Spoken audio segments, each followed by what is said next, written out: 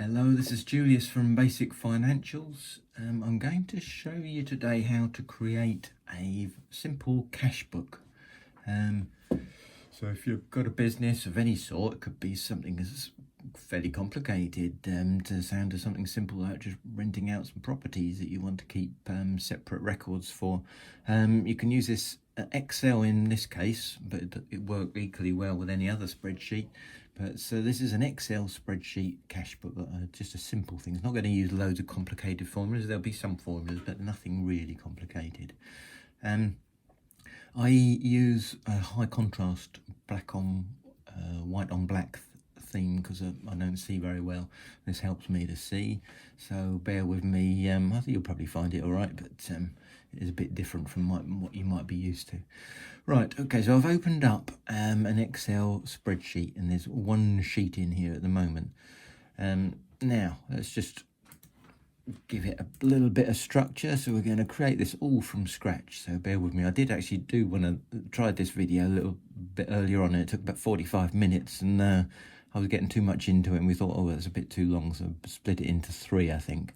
3 videos. We'll see how it goes, but I'm going to start off with doing the income side of the cash book. So we're going to call it a business, and we're going to call it income, and we'll just say it's for the year ended 31st of March 2020. Okay, and then we're going to make this column the date. We're going to make this column a little bit bigger, so I click on, get my cursor so it goes in the cross on the line to the right of that column, and left click and drag it across and make it a bit bigger, and that wants to be called detail, so you can describe what's going on. I'm going to change that format in a minute, but I'll show you what I do. And then this is the income coming in, so we're going to say bank. So I'm going to say it's coming in into your bank account. Now it could equally come in as cash, so I'll stick in cash as well for now. Then we'll say what, so this is the income coming in, and we need to say, well, what is that income? Now we're going to say that we're registered for VAT, so I'm going to put in a VAT column. If you're not registered for VAT, you could leave that, but if you are registered, you need to have that in there. And then you would analyse the net amount. So we'll say with standard sales, that's standard rated sales.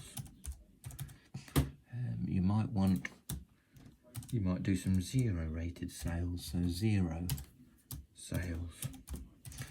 So when I say standard and 0, that's standard rated for VAT and 0 rated for VAT. You might have some other income. Let's say you've got actually for now we'll just say other income. So we've got some basic column. Oops, I've done that wrong, haven't I? Let's delete that and delete that and just say other. Oops, income. Right, hopefully that's that. Okay, now you could have, if you've got lots of different types of income in your business, then, or say you've got doing this for rental properties, and you might want to split it between all your different rental properties, so you can make this up yourself. Now let me just show you, I'm going to stick another column in just so that you can see. Actually, no, not just yet. Forget that. We're going to be entering figures in from this top row. Now, a good way of just making sure that everything is tallied, so that when you enter something in this side, then you split it properly, is just to do a formula. I'm going to say, so to say it's a formula, we say equals, and then sum, open brackets, and I want it to add up. I just having trouble finding my mouse, that's why I move it around so I can see it. And I'm going to left click and hold and then drag across there, and you'll see that in the formula bar over on the right, it's now got the C7 to D7. And I'm going to close brackets, and then I'm going to say minus, and then sum, open brackets, and then it's the VAT through to there. So all of the analysis, basically, close brackets. And you see the formula on the right hand side there. I'm going to hit enter. So what we're saying is that plus that should equal that plus that plus that plus that. And I've said take the sum of that away from the sum of that, which should then be naught. Now let's put in some totals. So I'm going to click auto sum on the top right here, and we'll auto sum from that row all the way down to that row. So I'm clicking and holding, dragging rather, and then let go of the left click, and then hit enter, and you'll see that if you look up here, you got now C7 to C11. So C7, that's there, to C11, that's there. Yep, that's right. Now we want to copy that formula all the way across. So a good way to do that is to, rather than having to retype that formula in everywhere, you highlight that cell, get the cursor to the bottom right hand corner so it goes into that cross. It changes to the cross there. Left click, hold, and drag it across. There we go. And then we've got the formula, and you'll see that it changes. So this formula will now say H. There you go. So H7 to H, whatever that is, 11. Now we also want to have this check total copied all the way down. So we're going to move that down. I held that, left click, drag, hold, and then bring it down to there. And that's copied that down. And then what's quite nice is, because if you've got, like, for example, expenses cashbook might have more columns than this, so it might be disappeared on the right, and you don't want to have to keep looking down the bottom to see if you've checked everything properly. So you could have a little check up here. I'm going to say equals, and what do I want it to equal? I want it to equal that bottom one there. So that will tell me whether we've got any imbalance in our cash book just by looking at that total. And if we have, I can then go and look down to here to see where it is. Obviously, if you check every time you enter something, which is a good idea, that you've cross-cast it properly, then you'll always know by going across. Right. Now, let's say we want some more rows in here. I'll just quickly show you how to do that. You probably know how to do it already, but so let's say we've got to the bottom here and you're thinking, oh goodness, run out of rows, so we want some more. So you can click and hold on the left mouse there and then drag down however many rows you want. So I'm just going to do about that for now. You might want lots more than that, but we'll see. You can do it bit by bit, so as you get near the end, you could add some more. So I'm going to right click now and say insert. Insert. There we go. But what you will find is that we've lost our formula for that bit where I inserted. So we'll just drag that down. What you will find is that these totals will include what you've inserted, which is always handy. So C7 to C18 now, you see. C7 to C18, so it's included that. That's good. Now, a bit of formatting. So just, you can, this is where you can make it how you want it to look. I'm going to left click and drag, and I want that all to be bold and underlined. Same with this. I want that to be these two. So I've clicked on the rows there and say bold and underlined. So that will do all of the rows. Now, I would quite like this to be on the left hand aligned. So there's an alignment thing up here. That aligns. Ooh, did I not get that right? I don't know. didn't seem to align it. Why didn't it? There we go. Oh, I did the wrong thing. I think there we go. That's aligned it to the left. These ones, just because that's the way I like it, I'm going to have these in the middle. So we'll align it in the middle, which I think is there. Yep, good, so that's that.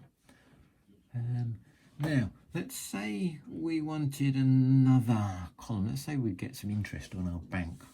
I'm going to insert a column. So, insert. Because I've put it inside that, this formula here should have now included, so it should move to I. We'll just check. It has, there you go, so that's good. And we're going to call this interest received. Interest received. Lovely. And what we need to do is make sure we got that total in. So I'm going to drag that across. And you'll see that will now total all of the I. Has it? Yes, it has. Okay. Now I'll just do a quick thing. If this was not big enough to hold you, I'm going to drag it in to make it smaller. So that's not big enough now. You can click and hold there and drag it across, but you could just double click and it will automatically make it the right size. Okay. If you find that your cells don't give you the right formatting, so this is, you'll see that this is set up so it's got 0.00. I want the whole sheet to show like 1,000 comma, what if it was 1,000, I'd do 1,000.00. So I'm going to highlight the whole sheet, right click, if I can get the right place, right click, say format cells, and then custom, and there as the comma and the .do, and that will make sure that all of any numbers will be in that format. Now there is a bit of a problem in that now this date column, when we put a date in there, it will come up with as if it were a number. So we want to, on that column, we want to do the same, right click, format cells, custom. Oh no, we don't want custom this time, we want date. And what format, you can have it any way you like, but I want it in this way. Oh no, I don't want it that way. Then okay, so that'll do that. Right, let's enter a little bit of information. So on the 1st of April, 1st of the 4th, 20, date should come out as we did it. Almost, I want it to be aligned on the left, so I'm going to click on that column and click the left alignment, and then it'll go on the left. And then let's say Mr. and Mrs. Ant. We did some work for them. Oh, that's gone on the left, on the middle for some reason. I want that to be the left, so again, click on the row, left align, and it's done. And let's say we did some work for them, and we did £12,000 worth of work that they've just paid us for, and they paid it straight into our bank. 2,000 of it was VAT because we're VAT registered. 10,000 of it was standard sales. Just going to check the time, make sure I haven't gone too far. Oh gosh, yeah, that's probably, I think I'm going to do a little bit more and then I shall stop this video and we'll go on to the next one. If I'd put in, say, £9,000 there, in other words, I hadn't put the cross casting properly, we'd see there's a difference up here. If for some reason you'd entered a whole load of entries and you saw there was a difference and you didn't know where it was, you'd then scroll across and see where the difference is here. We know we've only done this one entry, so we know it's there.